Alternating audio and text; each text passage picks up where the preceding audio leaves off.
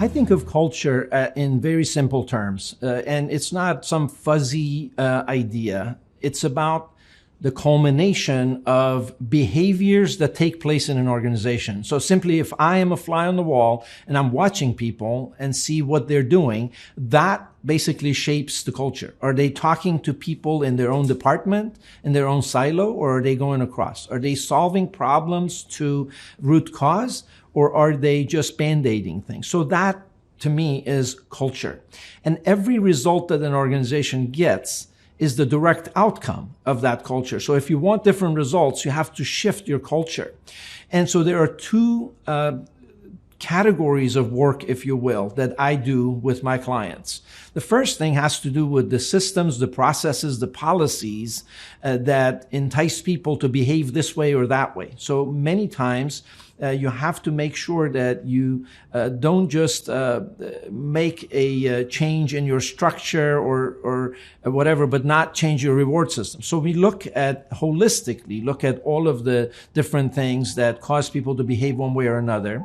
The second thing is developing leadership capability at all levels of the organization.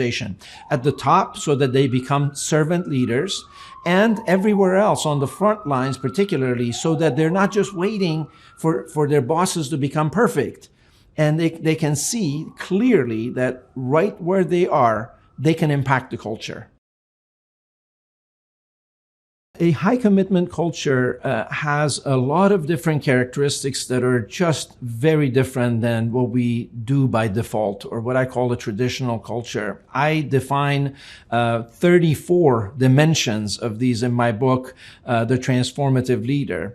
And there are things like, for example, in a traditional culture, all the decisions are made top down. In a high commitment culture, we basically distribute that responsibility and authority throughout the organization. In a high commitment culture, we give recognition abundantly, whereas in the traditional culture, we're kind of careful with that. We don't want to do that. We share information openly in a high commitment culture. We make sure that people are really clear about the goals of the organization and the part that they play, as opposed to just saying, hey, this is your job, this is your box, stay there. So there are a number of characteristics that separate a high commitment culture. And I, again, define those in my book.